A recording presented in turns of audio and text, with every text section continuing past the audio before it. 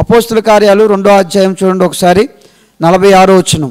మరియు వారు ఏక మనస్కులై ప్రతి దినము దేవాలయములో తప్పక కూడుకొనుచు ఇంటింట రొట్టె విరుచుచు దేవుణ్ణి స్తుతించుచు ప్రజలందరి వలన దయ పొందిన వారే అని ఉంది. ఇప్పుడు చూడండి, ఎప్పుడు దేవాలయములో కూడుకుంటున్నారంట వాళ్ళు? వారు ఏక మనస్కులై ప్రతిరోజు కూడా ఖచ్చితంగా ఎక్కడ కలుసుకుంటున్నారు? వాళ్ళు దేవాలయంలో కలుసుకుంటున్నారు. ఖచ్చితంగా ఏం చేస్తున్నారు? వాళ్ళు రొట్టె విరుస్తున్నారు, దేవుణ్ణి స్తుతిస్తున్నారు. కనుక మొదటి ఆ సంఘంలోని ప్రతిరోజు కూడా వారి సహవాసంలోని ఒక జ్ఞాపకముగా రొట్టెను ద్రాక్షరసాన్ని పంచుకునేవాళ్ళు. అందుకే 42వ వచనంలో కూడా చూడండి, వీరు అపోస్తుల బోధయందును సహవాసముయందును రొట్టె విరుచుటయందును ప్రార్థన చేయుటయందును ఎడతెగక ఉండిరి. అంటే అప్పుడప్పుడు చేశారా, ఎడతెగక చేశారా, అంటే రెగ్యులర్గా చేశారా? అంటే అర్థం ఏంటి? వాళ్ళు ప్రతిరోజు చేశారని మనం ప్రతిరోజు చేయలేం. ఎందుకు? తర్వాత లేటర్ ఆన్ సంఘం వచ్చేవాడికి ఏమైపోయింది? ఒక ఆదివారం మాత్రమే చేస్తూ వచ్చారు. అంటే దేవుని యొక్క వాక్యంలో రొట్టె ద్రాక్షరసం విరచడం అనేది ప్రతి ఆదివారం చేయమని అని కానీ, ప్రతిరోజు చేయమని అని కానీ, నెలకి ఒకరోజు చేయమని అని కానీ స్పెసిఫిక్గా ఒక వాక్య వివరణ మనకంటూ అందుబాటులో లేదు. కానీ వాక్య వివరణలో ఒకటి మటుకు అందుబాటులో ఉంది. అదేంటంటే మనమందరూ సహవాసం చేయడానికి వచ్చినప్పుడు, కలుసుకోవడానికి వచ్చినప్పుడు వీలైనంత వరకు ఖచ్చితంగా రొట్టె ద్రాక్షరసాన్ని కూడా మీ సహవాసంలో ఒక భాగంగా చేసుకోండి. ఎందుకు రొట్టె ద్రాక్షరసాన్ని మన సహవాసంలో ఒక భాగంగా చేసుకోవాలి అంటే, దాన్ని మనం సులకన చేయడానికి కాదు. ఇప్పుడు రోజు అన్నం తింటాం కదా, రోజు అన్నం తింటాం కాబట్టి అన్నాన్ని మనం సులకనగా తింటామా? ఉదయం తింటారు, మధ్యాహ్నం తింటారు, సాయంత్రం తింటారు. అలాగని చెప్పేసి ఆ భోజనం దగ్గర కూర్చున్నప్పుడు మీరు చులకనగా తింటారా, లేకపోతే ఆకలితో తింటారా? రోజు తినేది అదే కదా భోజనం. మరి ఎందుకు చులకనగా ఎందుకు చూడలేదు మీరు? లోపల ఆకలి అనేది మీ ముందున్న ఆహారాన్ని విలువగా ఇస్తుంది. అంటే ఆధ్యాత్మికంగా, దైవికంగా యేసు యొక్క శరీరమని, యేసు యొక్క రక్తమని ఏ విశ్వాసకి గ్రహింపు ఉంటుందో ఆ గ్రహింపు ఉన్న వ్యక్తికి ఇది ఎప్పుడు తీసుకున్నా ఇది అతనికి ఎలా ఉంటుంది? విలువగానే ఉంటుంది. ఇప్పుడు ఇది యేసు రక్తమని, యేసు శరీరమని ఏ విశ్వాసకి అయితే గ్రహింపు ఉండదో ఆ విశ్వాసి నెలకు ఒకసారి తీసుకున్నా, సంవత్సరానికి ఒకసారి తీసుకున్నా, 2 నెలలకు ఒకసారి తీసుకున్నా, లేకపోతే వారం తీసుకున్నా, ఎప్పుడు తీసుకున్నా అతనికి ఇది పెద్ద విలువైందిగా ఎంచడు. కనుక తీసుకుంటున్నప్పుడు మన వైఖరి ఎలాగుందో అది ప్రాముఖ్యం, కానీ ఇది మనం ఎన్నిసార్లు తీసుకుంటున్నాం అన్నది ముఖ్యం కాదు. మనం కూడా చాలా వరకు, నేను పరిచర్య ప్రారంభించిన చాలా సంవత్సరాలు నెలకు ఒక రోజు ఇచ్చాం ఇక్కడ కూడా. తర్వాత ఎందుకో దేవుడు నాతో మాట్లాడేది, అంటే ప్రభు నాతో మాట్లాడాడు. ప్రతి వారం మీరు అందరూ కలుసుకుంటున్నారు కదా, నా సిలువ మరణాన్ని, నా పునరుత్థానాన్ని జ్ఞాపకం చేసుకోవడానికి మీరు ఎందుకు అది చేయకూడదు? ఇది ఒక డినామినేషన్కి సంబంధించింది కాదు. అంటే ఏ బక్సింగో, ఏ హెబ్రోనో, లేకపోతే ఇంకొకటో వాళ్ళ మాత్రమే చేసే పని, ఇది మనం చేసే పని కాదు అనుకోవడానికి వీలు లేదు. ఎందుకంటే దేవుడు మాట్లాడుతున్న వాక్యానికి ఏ డినామినేషన్ ఓడైనా సరే ఖచ్చితంగా ఏమవ్వాలి? లోబడాలి. అలా కాకుండా నేను పెంతెకోస్తు అండి, నేను బాప్టిస్ట్ అండి, నేను అదేంటంటే దేవుడు పరలోకానికి రానిస్తాడా? పరలోకానికి రమ్మనేది దేవుడు ఎవరిని? డినామినేషన్లో ఉన్న వాళ్ళని రమ్మంటాడా? వాక్యాన్ని అనుసరించి, వాక్యాన్ని గైకొని, వాక్యం ప్రకారం బ్రతికిన వాళ్ళని రమ్మంటాడా? నేను బోర్డు పెట్టుకున్నంత మాత్రాన పక్కన ఉన్నట్టు అక్కడ యేసు రక్తంలో కడగబడి తమ పాపాలు ఒప్పుకొని ప్రభువుకు అప్పగించుకొని నీతిగా, యథార్థంగా, న్యాయంగా ఎవరైతే బతుకుతారో వాళ్ళు పరలోకంలో ఉంటారు. అంతేగాని క్రీస్తు ఆవాస పరిచయంలో ఉన్నంత మాత్రాన మీరు పరలోకంలో ఉంటారని గ్యారంటీ ఇవ్వను. ఎందుకంటే ఒకవేళ మీరు భక్తిగా జీవించకపోతే దేవుడు మాట్లాడుతున్న ఈ వాక్యాల ద్వారా, దేవుడు చెప్తున్న ఈ వాక్యాల ద్వారా మీ జీవితాలు కట్టుకోకపోతే మీరు కానీ నేను కానీ ఎక్కడికి వెళ్ళాం? పరలోకానికి వెళ్ళాం. ఎక్కడున్నా అపోస్తులైన పౌలు పరిచర్య చేసిన సంఘంలో ఉన్నప్పటికీ కూడా మనకు ఎక్కడ కాదు, అపోస్తులైన పౌలు పరిచర్య చేసిన సంఘంలో ఉన్నప్పటికీ కూడా, పేతురు పరిచర్య చేసిన సంఘంలో ఉన్నప్పటికీ కూడా, కనుక దయచేసి ఇక్కడ మనం అర్థం చేసుకోవాలి, ప్రభువును జ్ఞాపకం చేసుకోవడం. నేను అప్పుడు బ్రాంచ్ సంఘానికి వెళ్ళాను, ఒకే రోజు రెండోసారి మళ్ళీ తీసుకుంటున్నాను. మళ్ళీ ఇంకొక బ్రాంచ్ సంఘానికి వెళ్ళాను, అక్కడ కూడా మళ్ళీ తీసుకుంటున్నాను. మీరు నమ్మండి, మూడోసారి నేను తీసుకుంటున్నప్పుడు నా లోపల చాలా పశ్చాత్తాపం వచ్చింది. చాలా ఏడ్చాను. ఆ రొట్టెను, ఆ ద్రాక్షరసాన్ని పట్టుకొని నన్ను నేను సరి చేసుకోవాల్సిన విషయాలు ఇంకా ఉన్నాయని ప్రభు ఎదుట ఒప్పుకోవాల్సి వచ్చింది. మరి ఉదయం ఇక్కడ తీసుకున్నాను కదా, మళ్ళీ తీసుకున్నాను కదా, మళ్ళీ తీసుకున్నాను కదా, మరి మూడోసారి మాత్రమే ఎందుకు నా లోపల అంత దుఃఖం వచ్చింది, అంత వేదన వచ్చింది? ఏమో దేవుడు ఎప్పుడు ఎలా మన హృదయాలను దర్శిస్తాడో మనకే తెలీదు. కనుక దేవుడు సంబంధించినవి, ఆత్మ సంబంధించినవి మరి ఎక్కువగా చేయటం మంచిదే. అలా ఎక్కువగా చేయటం మూలంగా ఒక్కసారి కాకపోయినా ఇంకొకసారి అయినా మన హృదయం ఏమవుతుంది? ఖచ్చితంగా తాకపడుతుంది, దర్శించబడుతుంది. అందుకే చూడండి, అక్కడ ఏమని ఉంది, వాళ్ళు ఎప్పుడైతే అలా చేస్తూ వచ్చారో దేవుని కార్యాలు మరి ఎక్కువగా వాళ్ళు చూస్తూ వచ్చారు. కొరింథీయులకు రాసిన మొదటి పత్రిక 11వ అధ్యాయంలో ఇంకొంత వివరణ అక్కడ ఉంది. నేను ఈ మాటలు చెప్పి ముందుకెళ్తాను. 11వ అధ్యాయంలో ఇలా రాస్తుంది, అంటే ఇది ఒక డిజార్డర్లో చేయొద్దు. అంటే అర్థం ఏంటి? ఇది ఒక అక్రమంగా చేయొద్దు, ఇది ఒక క్రమంగా చేయండి. ఏమనుంది అక్కడ?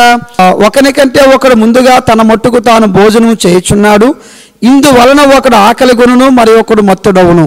ఇదేమి? అన్నపానములు పుచ్చుకున్నటకు మీకు ఇండ్లు లేవా? దేవుని సంఘమును తిరస్కరించి పేదలను సిగ్గుపరచుదురా? మీతో ఏమి చెప్పుదును? దీనిని గురించి మిమ్మల్ని మెచ్చుదునా? మెచ్చను. నేను మీకు అప్పగించిన దానిని ప్రభువు వలన పొందితిని. ప్రభు అయిన యేసు తాను అప్పగింపబడిన రాత్రి ఒక రొట్టెను ఎత్తుకొని కృతజ్ఞతాస్తుతులు చెల్లించి దానిని విరిచి, ఇది మీ కొరకైన నా శరీరము, అండర్లైన్ చేసుకోండి, ఇది మీ కొరకైన నా శరీరము, నన్ను జ్ఞాపకము చేసుకున్నట్టుకై. దేనికి చేయాలంటే ఇది వారం వారం యొక్క నియమం కాబట్టి మనం చేయకూడదు. ఇది అంటే ఏదో మన సంఘంలో ఈ పద్ధతి పెట్టుకున్నాం కాబట్టి ఆ పద్ధతి ప్రకారం వెళ్ళిపోతున్నాం అనే ఉద్దేశంతో చేయొద్దు. ఎందుకు చేయాలంటే ఇది నన్ను జ్ఞాపకము చేసుకున్నట్టుకే దీనిని ఆ ప్రకారమే భోజనమైన పిమ్మట ఆ పాత్రను ఎత్తుకొని, ఈ పాత్ర నా రక్తము వలనైన కొత్త నిబంధన. ఇప్పుడు అండర్లైన్ చేసుకోండి, మీరు గట్టి చదవండి ఒకసారి, దీనిలోనిది త్రాగునప్పుడల్లా, మళ్ళీ చదవండి ఆ మాట, మీరు ఎప్పుడు అంటే ఎప్పుడది? మీరు దీనిలోది త్రాగునప్పుడల్లా అంటే ఎప్పుడది? అది మీరు సంఘంగా వచ్చి కలుసుకున్నప్పుడు, సహవాసం చేస్తున్నప్పుడు, ఆరాధన చేస్తున్నప్పుడు, పునరుత్థానాన్ని లేకపోతే నన్ను మహింపరుస్తున్నప్పుడు, అప్పుడు మీరు అంటే దీనికి దేవుడు ఏం పెట్టలేదు, ఒక డేట్ కానీ ఒక ఏది కానీ పెట్టలేదు. చేసినప్పుడల్లా ఏం చేయాలంట? నన్ను జ్ఞాపకము చేసుకుంటూ చేయండి. యేసు యొక్క శిలువ త్యాగము తెలియకుండా, యేసు యొక్క శిలువ యాగము తెలియకుండా, యేసు నీ కొరకు నీ స్థానములో ఆయన బలైపోయాడు, తన రక్తాన్ని సిందించాడు, ఆయన చూడనొల్లని వాడికి అయిపోయాడు, స్వరూపమైనను సొగసైనను లేని వాడికి అయిపోయాడు, ఆయన మన అతిక్రమముల నిమిత్తం గాయపరచబడ్డాడు, మన సమాధానార్థమైన శిక్ష ఆయన మీద పడింది, మన యొక్క రోగములను ఆయన భరించాడు, మనం పాపములను ఆయన వేసుకొని మన కొరకు పాపముగా చేయబడ్డాడు ఆయన. ఒక అద్భుతమైన మాట ఉంది ప్రభువైన యేసుక్రీస్తు గురించి. రోమీయులకు రాసిన పత్రిక 8వ అధ్యాయం 2వ వచనం చదవండి ఒకసారి. ఎంత అద్భుతమైన మాట ఇది. క్రీస్తు యేసునందు జీవము నిచ్చు ఆత్మ యొక్క నియమము పాప మరణ నియమముల నుండి నన్ను విడిపించెను. ఎట్లనగా, ఏ నియమం నుంచి నన్ను విడిపించింది? పాప మరణముల నియమము నుండి నన్ను విడిపించింది. ఎలా విడిపించింది? ధర్మశాస్త్రము దేనిని చేయజాలకపోయినో దానిని దేవుడు, ధర్మశాస్త్రం దేని చేయలేకపోయింది? పాప మరణ నియమములను కొట్టివేయలేకపోయింది, తీసివేయలేకపోయింది. ధర్మశాస్త్రమునకు ఆ శక్తి లేదు, ధర్మశాస్త్రమునకు ఆ బలము లేదు. ధర్మశాస్త్రము యథార్థమైంది, ధర్మశాస్త్రం పవిత్రమైనది, ధర్మశాస్త్రం గొప్పది. కానీ అంత గొప్ప ధర్మశాస్త్రము పాప మరణ నియమముల నుండి మనల్ని ఏం చేయలేకపోయింది? తప్పించలేకపోయింది. పైగా మనల్ని ఎక్కడుంచింది? పాప మరణ నియమముల దగ్గర ఉంచింది. ఎందుకంటే ఆజ్ఞ లోకానంలోకి ఏం తీసుకొచ్చింది? పాపం తీసుకొచ్చింది. పాపం ఏం తీసుకొచ్చింది? లోకంలోకి మరణం తీసుకొచ్చింది. అనగా ధర్మశాస్త్రంలో ఉన్న ఆజ్ఞ లోకంలోనికి పాపం తీసుకొచ్చింది. ఆ పాపము మరణాన్ని తీసుకొచ్చింది. ఈ పాపము కింద, ఈ మరణము కింద ప్రతి మానవుడు బ్రతకవలసి వచ్చింది, జీవించవలసి వచ్చింది. ఈ పాపము కింద, ఈ మరణము కింద బ్రతికే ప్రతి మానవుడు నరకానికి వెళ్ళవలసి వచ్చింది. కనుక ఏదైతే ధర్మశాస్త్రం చేయలేకపోయిందో, ఏదైతే ధర్మశాస్త్రం జరిగించలేకపోయిందో, ఇప్పుడు దేవుడు ఎలాగా ఆ పాప మరణముల నుంచి నన్ను రక్షించాడో మీకు తెలుసా? ఆ పాప మరణముల నుంచి నన్ను కాపాడాడో మీకు తెలుసా అని చెప్పి ఇలా చెప్తున్నాడు. చూడండి, దేవుడు చేసెను. ఎలా చేసినంట? శరీరముందు అనుసరింపక ఆత్మను అనుసరించి నడుచుకుని మనయందు ధర్మశాస్త్ర సంబంధమైన నీతి విధి నెరవేర్చబడవలనని, ఇది బాగా అండర్లైన్ చేసుకోండి, పాప పరిహారము నిమిత్తము దేవుడు తన సొంత కుమారుణ్ణి పాప శరీరాకారముతో, ఏ ఆకారం అంట? దేవుడు రావాలనుకుంటే ఏ ఆకారం రావచ్చు చెప్పండి? ప్రభువు దేవుడు భగవంతుడు రావాలనుకుంటే ఏ ఆకారంలో రావచ్చు? అయినా జంతువుల ఆకారంలో రాలేడు, మరి చీప్. అవి పురుగుల ఆకారంలో రాలేడు, అవి మరీ చీపు. మిమ్మల్ని అలాగే వెళ్ళమంటే వెళ్తారా? కోతి వేసుకుని వెళ్ళమంటే వెళ్తారా మీరు? పందేసం వేయమంటే అసలు నాటకంలో పందా? నేనేం నాయన మీకు దండం. స్కిట్లో పందేసం ఇస్తే వాళ్ళ అమ్మ నాన్న వచ్చేస్తారు. ఏమయ్యా మా పిల్లడు పందా? ఏమనుకుంటున్నావు అసలు? ఒక్కొక్కసారి స్కిట్లోని చచ్చిపోయినట్టుగా చూపించాలా. చచ్చిపోయినట్టుగా చూపించడానికి కూడా కొంత భయమే. ఎందుకంటే వాళ్ళ అమ్మ నాన్న చూసారనుకోండి, మా పిల్లడు దొరికాడు మీకు దేనికి? చచ్చిపోయింది చూపించడానికి. ఇంకెవరు లేరా పిల్లలు అంటారు. కనుక మనమే చాలాసార్లు వేరే ఆకారంలో వెళ్ళాలంటే ఆలోచన చేస్తాం ఖచ్చితంగా. కానీ భగవంతుడు ఏ ఆకారంలో వచ్చాడంట? ఆయన పాప శరీరాకారంలో వచ్చాడంట. ఎంత తగ్గించుకున్నాడు ఆయన! అసలు ఇది దేవుడికి సరైనది కాదు. ఈ రక్తమాంసములు దేవుడికి సరైనది కాదు. కానీ అలాంటి రక్తమాంసముల యొక్క శరీరంలోనికి దేవుడు ఈ లోకంలోకి వచ్చాడు. మన గురించి ఎంత అని తగ్గించుకున్నాడు. ఆ మాట చదివి పూర్తి. శరీరాకారంలో పంపి ఆయన శరీరమందు పాపమునకు శిక్ష విధించాను. రావడమే కాదంట, మళ్ళా శరీరం ముందు ఏం చేశాడు ఆయన? రావడమే గొప్ప విషయం అయితే మళ్ళీ శరీరం ముందు ఏం చేశాడు? మన గురించి మన ప్రభు ఏం చేశాడండి అది జ్ఞాపకం చేసుకోబడుతున్నాడు. ఎప్పుడు? ఈ యొక్క రక్తము ఈ శరీరం తీసుకుంటున్నప్పుడు ఆయనను జ్ఞాపకం చేసుకోండి.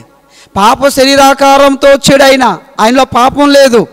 మనలాంటి శరీరంతో వచ్చాడు ఆయన. అంత మాత్రమే కాదు, ఈ శరీరం ముందు ఆయన చంపబడ్డాడు, ఈ శరీరం ముందు ఆయన శిక్షించబడ్డాడు, ఈ శరీరం ముందు ఆయన నలగొట్టబడ్డాడు, ఈ శరీరం ముందు ఆయన మన కొరకు ఆ కలువరి శిలువలో తను అప్పగించుకున్నాడు. దాన్ని జ్ఞాపకం చేసుకోండి. అప్పుడు మీ లోపల గొప్ప మార్పు వస్తుంది, మీ లోపల సత్ప్రవర్తన వస్తుంది, మీ లోపల దేవుని యొక్క స్వరూపం ఏర్పడుతుంది. అందుకు దేవుడు మనకి సహవాసానికి దీనికి ఇచ్చాడు.